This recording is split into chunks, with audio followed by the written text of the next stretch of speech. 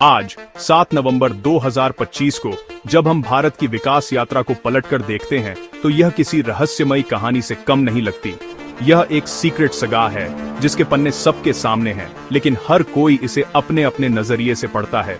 कुछ के लिए यह शानदार सफलता की कहानी है तो कुछ इसे दिखावा मानते हैं। इसमें नायक भी हैं, खलनायक भी और करोड़ों आम लोग जिनकी जिंदगी हर मोड़ पर बदलती रही। ये दास्तां सिर्फ आंकड़ों की नहीं बल्कि उम्मीदों, संघर्षों और उन अनकहे सच की है जो अक्सर सरकारी फाइलों में दब जाते हैं। क्या पिछले एक दशक में भारत सच में बदला है या यह सब सिर्फ एक राजनीतिक मायाजाल है? इस रहस्य की परतों को खोलने के लिए हमें समय में थोड़ा पीछे चलना होगा, उस दौर में जब देश एक चौराहे पर खड़ा था। एक तरफ पुरानी व्यवस्था, दूसरी तरफ नए भारत का सपना। तो चलिए इस रहस्यमयी गाथा के पन्नों को पलटते हैं और उस अनकहे सच को उजागर करने की कोशिश करते हैं जो भारत की विकास यात्रा के पीछे छिपा है। 2014 से पहले का भारत संभावनाओं से भरा था, लेकिन भ्रष्टाचार, महंगाई और बेरोजगारी जैसी समस्याओं से जूझ रहा था। भ्रष्टाचार हर आम आदमी की जुबान पर था। 2G, कोयला घोटाले जैसी खबरें देश की छवि पर दाग लगा रही थीं। महंगाई ने आम आदमी की कमर तोड़ दी थी। पेट्रोल, डीजल, सब्जी, दाल सब महंगी थीं। बेरोजगारी ने युवाओं को निराश कर दिया था। हालांकि यूपीए सरकार की मनरेगा, सूचना का अधिकार और शिक्षा का अधिकार जैसी योजनाओं ने कुछ राहत दी, लेकिन भ्रष्टाचार और लीकेज के कारण इनका पूरा लाभ नहीं मिल पाया। कुल मिलाकर आर्थिक विकास दर ठीक थी, लेकिन उसका फायदा सीमित लोगों तक ही पहुंचा। आम जनता व्यवस्था से निराश थी और बदलाव चाहती थी, लेकिन रास्ता साफ नहीं था। इसी माहौल में देश एक बड़े राजनीतिक बदलाव की ओर बढ़ा, जिसने भारत की कहानी को नया मोड़ दिया। 2014 में नई सरकार ने बदलाव की शुरुआत की। प्रधानमंत्री जन धन योजना के तहत करोड़ों लोगों को बैंकिंग से जोड़ा गया, जिससे सब्सिडी सीधे खातों में पहुंची और भ्रष्टाचार पर लगाम लगी। स्वच्छ भारत मिशन ने खुले में शौच की प्रथा को चुनौती दी और करोड़ों शौचालय बने। यह सिर्फ सफाई नहीं, सोच में बदलाव था। प्रधानमंत्री उज्ज्वला योजना ने गरीब परिवारों को मुफ्त LPG कनेक्शन दिए, जिससे महिलाओं का जीवन आसान हुआ और स्वास्थ्य सुधरा। डिजिटल इंडिया ने गांव-गांव तक इंटरनेट पहुंचाया, जिससे शिक्षा, स्वास्थ्य और सरकारी सेवाएं सुलभ हुईं। स्वास्थ्य के क्षेत्र में आयुष्मान भारत ने 50 करोड़ से ज्यादा लोगों को मुफ्त इलाज की सुविधा दी। इन योजनाओं का मकसद गरीबों और वंचितों तक सीधा लाभ पहुंचाना था। सरकार ने दावा किया कि यह विकास की नई परिभाषा है, जहां अंतिम व्यक्ति तक लाभ पहुंचना ही असली लक्ष्य है।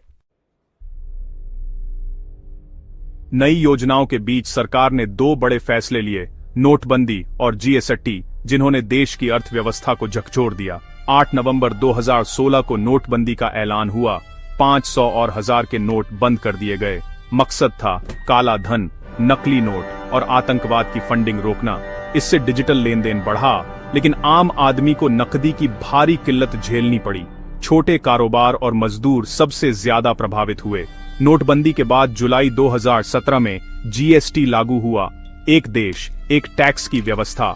सिद्धांत में यह सुधार अच्छा था, लेकिन जटिल टैक्स स्लैब और बार बार बदलते नियमों ने छोटे व्यापारियों के लिए मुश्किलें बढ़ा दी। समय के साथ सुधार हुए और अब GST कलेक्शन रिकॉर्ड स्तर पर है। नोटबंदी और GST इरादे अच्छे थे, लेकिन कार्यान्वयन ने आम आदमी और छोटे कारोबारियों के लिए कई चुनौतियां खड़ी की।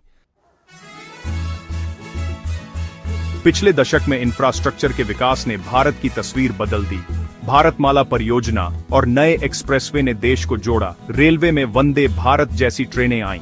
विज्ञान और रक्षा में भी भारत ने छलांग लगाई। इसरो के चंद्रयान, मंगलयान मिशन और मेक इन इंडिया के तहत रक्षा उपकरणों का निर्माण। विदेश नीति में भारत ने अपनी आवाज मजबूती से रखी।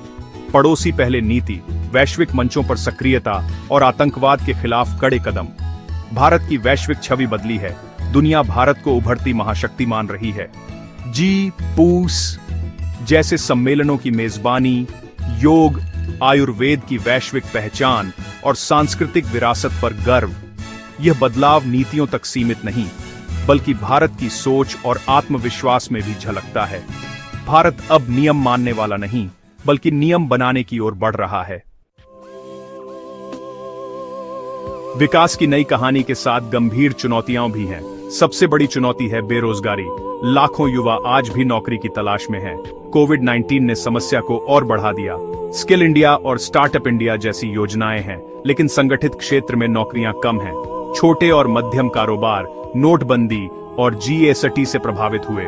कई उद्योग बंद हुए या संघर्ष कर रहे हैं। शिक्षा और स्वास्थ्य में भी सुधार अधूरा है। आयुष्मान भारत के बावजूद सरकारी अस्पतालों की हालत और शिक्षा की गुणवत्ता चिंता का विषय है। पर्यावरण की चुनौती भी बड़ी है।